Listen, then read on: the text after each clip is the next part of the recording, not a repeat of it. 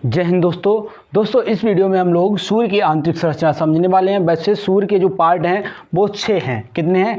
6 भागों में सूर्य को डिवाइड किया गया है। 6 लेयरें हैं इसकी। लेकिन जो आंतरिक संरचना है इसमें हम लोग 3 लेयरों को ही पढ़ने वाले हैं। कितनी लेयरें पढ़ेंगे?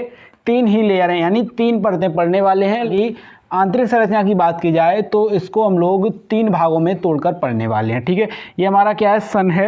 ये हमारा सन है, इसको हम लोग बांट देते हैं, काट लेते हैं। इसका जो हिस्सा है ये बीच से हम लोगों ने काट लिया है। ठीक है, इसमें 3 लेयरें बना लेते हैं। एक ये अंदर वाली हो गई, ये दूसरी हो गई और ये तीसरी हो गई। ठीक है, तो अंदर का ये जो हिस्सा है, सेंटर का हिस्सा होता है, उसको हम लोग कोर कहते हैं। क्या कहते हैं? कोर कहते हैं। इसको क्या बोल देते हैं? कोर कह देते हैं। ठीक है, तो इसको हम लोग थोड़ा बड़ा बना लेते हैं समझने के लिए।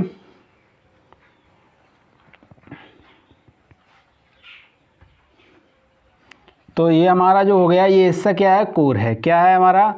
कोर है। और ये दूसरा जो हिस्सा है विकर्ण मंडल बोलते हैं। क्या बोलते हैं? विकर्ण मंडल। विकर्ण मंडल। अगर इंग्लिश में बात की जाए तो रेडिएटिव जोन कहते हैं। क्या बोलते हैं? Radiative zone. ठीक है, ये जो होती है विकर्ण मंडल को रेडिएटिव जोन कहते हैं। अगर बात की जाए इसकी जो बाहरी लेयर होती है, जो बाहर लेयर होती है, इसको हम लोग संवहन मंडल कहते हैं। क्या कहते हैं? संवहन मंडल। बहुत ही खतरनाक वीडियो होने वाला है दोस्तों, बस क्या करना है आपको अंत तक देखना है। तो देखते हैं, कोर की बात कर ली जाए। कोर में क्या होता है इसके बारे में हम लोग समझने वाले हैं कि कोर का काम क्या होता है, विकर्ण मंडल का क्या होता है, संवहन मंडल का काम क्या होता है। संवहन मंडल होता है, इसको हम लोग दोस्तों इंग्लिश में बोलते हैं कन्वर्जेटिव जोन। कन्वर्जेटिव जोन। ठीक है दोस्तों, अब चलो समझते हैं हम लोग कोर के बारे में। कोर में क्या होता है? यहीं पे संलयन होता है। ठीक है, क्या होता है? संलयन होता है। संलयन की अगर बात की जाए कहाँ होता है, तो वो कहाँ पे होता है? कोर पे होता है। यानी हाइड्रोजन हीलियम में जो बदलता है वो कहाँ पे बदलता है? कोर में बदलता है। हाइड्रोजन से हीलियम में बनता है। ठीक है, कैसा होता है? हाइड्रोजन से हीलियम में कहाँ बनता है? कोर पे बनता है। इसका मतलब क्या हुआ? जो संलयन होता है वो कहाँ पे होता है? कोर पे होता है। ठीक है, तो ऊर्जा का स्रोत क्या है? कोर है। यानी सूर्य की ऊर्जा का जो स्रोत है वो क्या है? कोर है। क्योंकि भाई ऊर्जा वहीं से मिलेगी हमें जहाँ पे संलयन हो रहा होगा।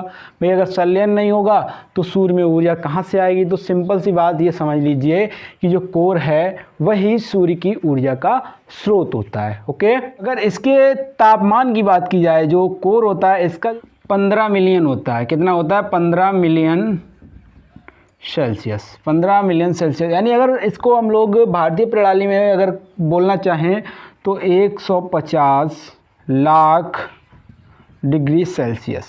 कितना होता है? 150 लाख डिग्री सेल्सियस कोर का टेम्परेचर होता है। यानी कि सूर्य का जो सबसे अधिक अगर टेम्परेचर की बात की जाए तो किसका होगा? कौन से भाग का होगा? कोर का होगा। क्लियर हो चुका होगा हमें लगता है। यहाँ पे जो टेम्परेचर होता है बहुत अधिक मात्रा में होता है। यानी 150 लाख डिग्री सेल्सियस ये कोई छोटा मोटा टेम्परेचर नहीं है। यहाँ पे समझ लीजिए कोई भी चीज़ यहाँ पे रुक ही नहीं सकती, मतलब ठहर ही नहीं सकती। यहाँ पे कोई भी चीज़ ठोस अवस्था में रह ही नहीं सकती, ये द्रव में बदल जाएगी। ठीक है, तो ये गैस की अगर बात की जाए, जो हाइड्रोजन हीलियम होता है ये प्लाज्मा अवस्था में यहाँ पहुँच जाता है। किस में पहुँच जाता है? प्लाज्मा अवस्था में पहुँच जाता है। बार बार आपको मैं बोल रहा हूँ, जो सूर्य गैसें हैं वो कैसी होती हैं? प्लाज्मा अवस्था में होती हैं। तो किसके कारण होती हैं? टेम्परेचर के कारण होती हैं। बहुत ज़्यादा टेम्परेचर होने के कारण ये जो गैसें होती हैं कैसी हो जाती हैं? प्लाज्मा अवस्था में हो जाती हैं। क्लियर? अब देखते हैं हम लोग विकर्ण मंडल यानी रेडिएटिव जोन।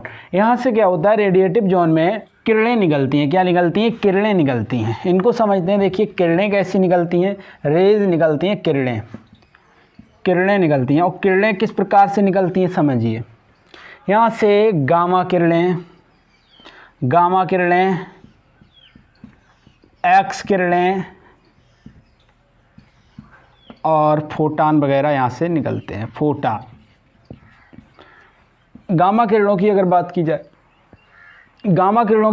की जाए, तो ये जो गामा किरणें होती हैं बहुत ही खतरनाक होती हैं। यानी कि मनुष्य के पूरे बॉडी को भेज सकते हैं। इधर से इधर से टॉर्च लगा, अगर मान लो कोई अगर ऐसी टॉर्च है जिसमें गामा रेज निकलती हैं, गामा किरणें निकलती हैं, तो उसको अगर हम लोग बॉडी के इस तरफ लगाएंगे ना, तो जो लाइट होगी वो हमारे बॉडी को चीरती हुई बाहर की तरफ निकल जाएगी, मतलब भेदती हुई दूसरी तरफ निकल जाएगी। ठीक है, क्लियर। यानी एक्स किरणों की भेदन क्षमता सबसे अधिक होती है। अच्छा, अगर ये तो एक बात नहीं समझ में आई, यहाँ से जो किरणें निकलती हैं ठीक है, लेकिन हमारे जो पृथ्वी है, ये हमारी जो मान लो हमारी पृथ्वी है, इस पर क्यों नहीं आ पा रही हैं?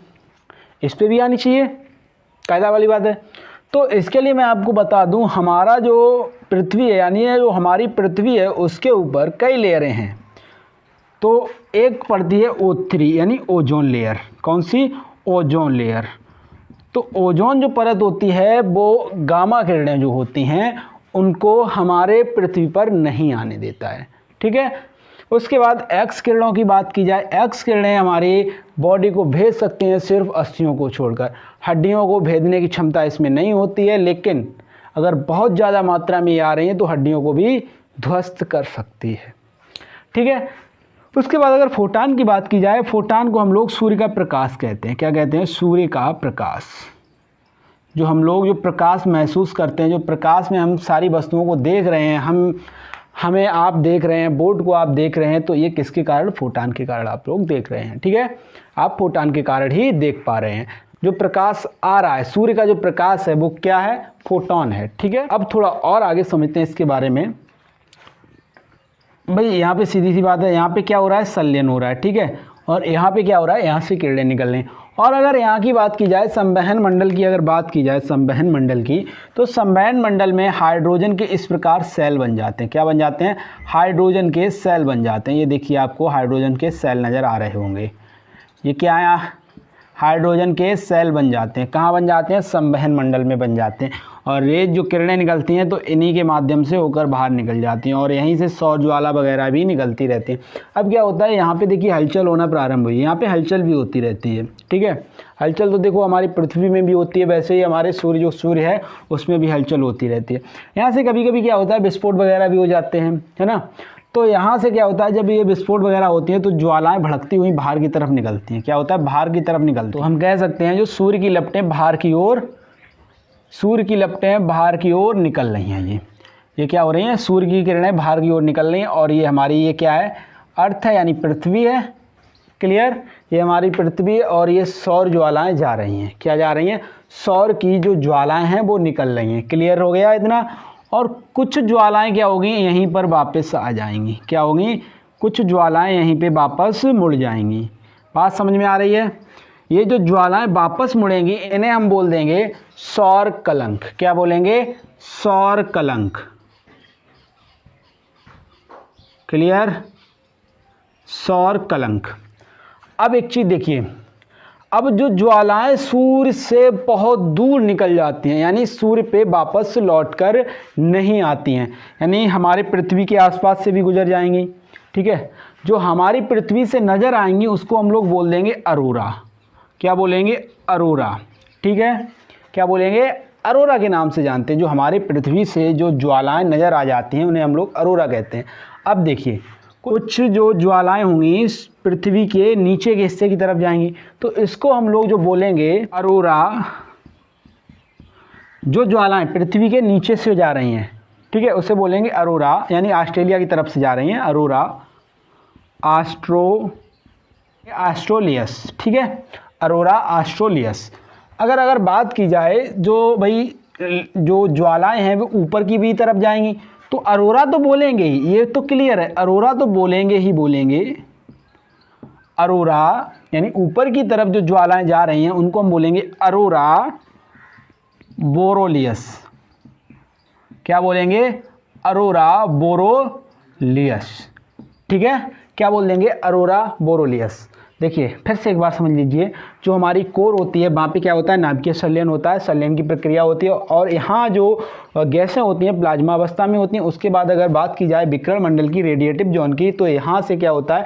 किरणें निकलती हैं और हमारे पृथ्वी तक आती भी हैं, यानी कि एक्स किरणें और गामा किरणें, अल्फा किरणें, बीटा किरणें, कई प्रकार की जो भी किरणें निकलती हैं, सारी किरणें कहाँ से निकलती हैं?